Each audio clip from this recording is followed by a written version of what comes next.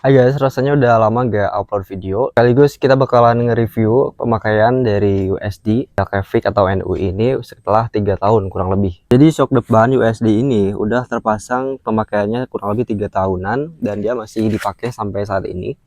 Cuman buat kalian yang masih nanya-nanya apa aja yang perlu dirubah ataupun ini PNP atau enggak, tentu jawabannya enggak ya, karena di sini ada part-part yang ya bisa dipasang nih. Misalkan pada bagian ininya nih, sensor odometer dia tuh nggak bisa kepasang karena kabelnya nggak pas ya. Jadi ini harusnya nyelip di bagian sini, tapi ini nggak bisa karena kurang panjang. Jadi dia tuh posisinya berubah karena di sininya, di batang ini dia lebih tinggi, otomatis si platnya ini juga ikutan meninggi, harusnya di sekitar sini ya biar dia bisa masuk. Tapi ini nggak apa-apa, nggak terlalu ngaruh juga. Cuman mungkin untuk speedometernya ada yang ngaruh, ada juga yang enggak. Nah, si bagian plat ini atau sensor buat magnet ini yang di sini jaraknya terlalu jauh.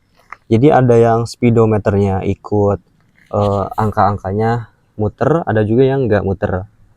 Kalau ini muter, cuman mungkin kurang stabil sih. Tapi kayaknya nyala. Kurang stabilnya itu kayak misalkan ketika jalan dia tuh angka-angkanya kadang muncul secara bener, kadang juga acak-acakan. Cuman kalau ini LCD-nya juga udah angkanya tuh udah pudar satu, jadi dia nggak terlalu jelas ketika dilihat.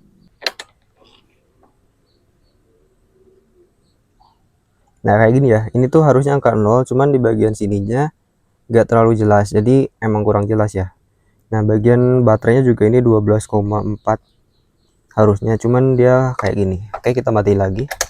Selain itu di bagian bosing ini juga ada diganjel ya. Cuman kalau ganjel ini tuh udah dikasih ketika paket pembeliannya tiba. Ketika di unboxing tuh udah ada di sininya 2 biji sama yang ada di sini. Lalu untuk spakbor depan dia udah PNP, jadi ada dudukannya di sini yang kecil-kecil itu. Nah, terus di bagian sini juga bisa kalian kasih cakram lagi, atau kalau pengen berubah di posisi cakramnya bisa dipasang di sini. Cuman bagian ininya mungkin piringannya tergantung peleknya ya. Kita harus ubah banyak kalau pengen mindahin ke sini.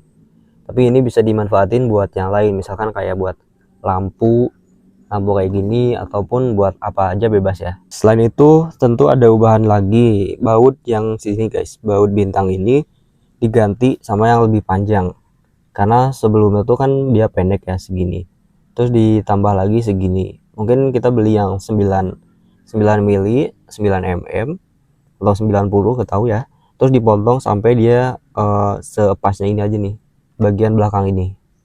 Jadi ini diganti, terus di sini kan udah ada ganjelnya di sini ya, otomatis di bawaan sama USD ini.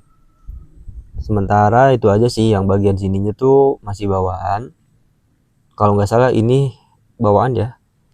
Pokoknya ada yang diganti bautnya lebih panjang. Kalau nggak ini ya ini. Untuk bagian atas ini udah bawaan nih. Ini nggak usah diganti-ganti lagi, langsung dipasang aja. Sama baut bawaannya juga. Yang ini 2 sama di belakang sini atau samping kirinya juga 2. Itu nggak usah diganti-ganti.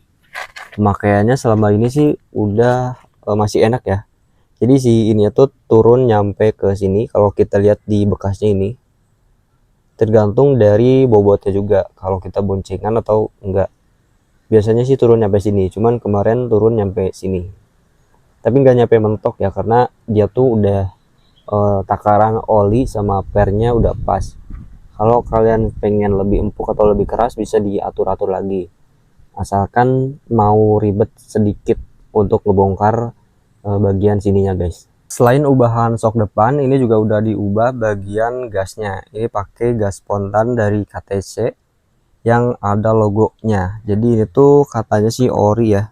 Nah, ada logo kayak gini, terus ada angka-angkanya yang kayak gini. Kalau yang ada angka-angkanya kayak gini sama logonya huruf gambar ini, dia tuh harganya 200-an lebih guys. Hampir 300 kalau sama paket ini.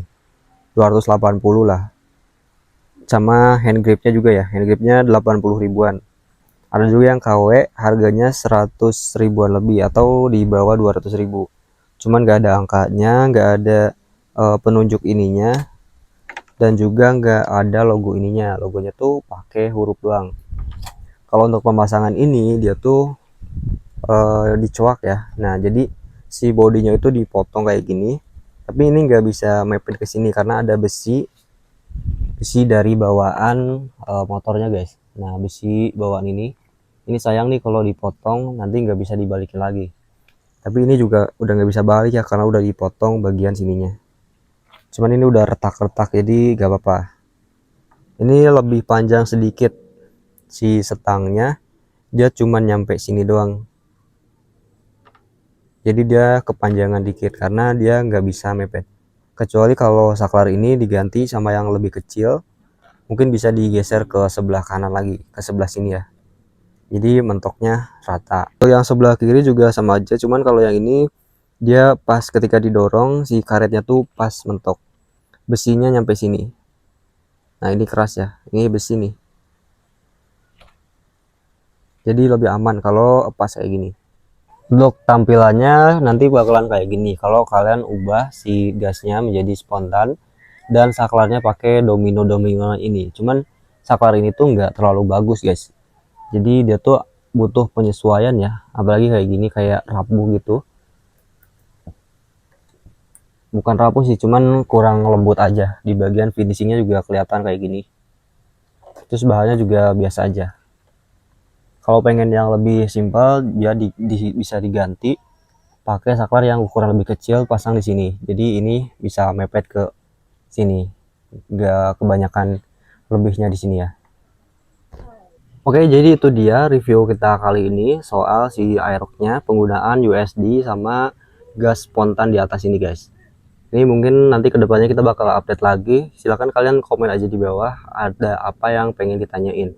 Untuk pemakaian ini gas spontan baru beberapa hari aja, belum ada sebulan. Oh, cuman udah dipakai mudik ya Jawa Barat ke Jawa Tengah. Ya, untuk yang ini udah 3 tahunan dan masih enak-enak aja sampai saat ini. Gak ada kendala yang lebih berarti. Link pembelian udah aku spill di deskripsi, kalian tinggal check out aja. Sampai jumpa di video selanjutnya.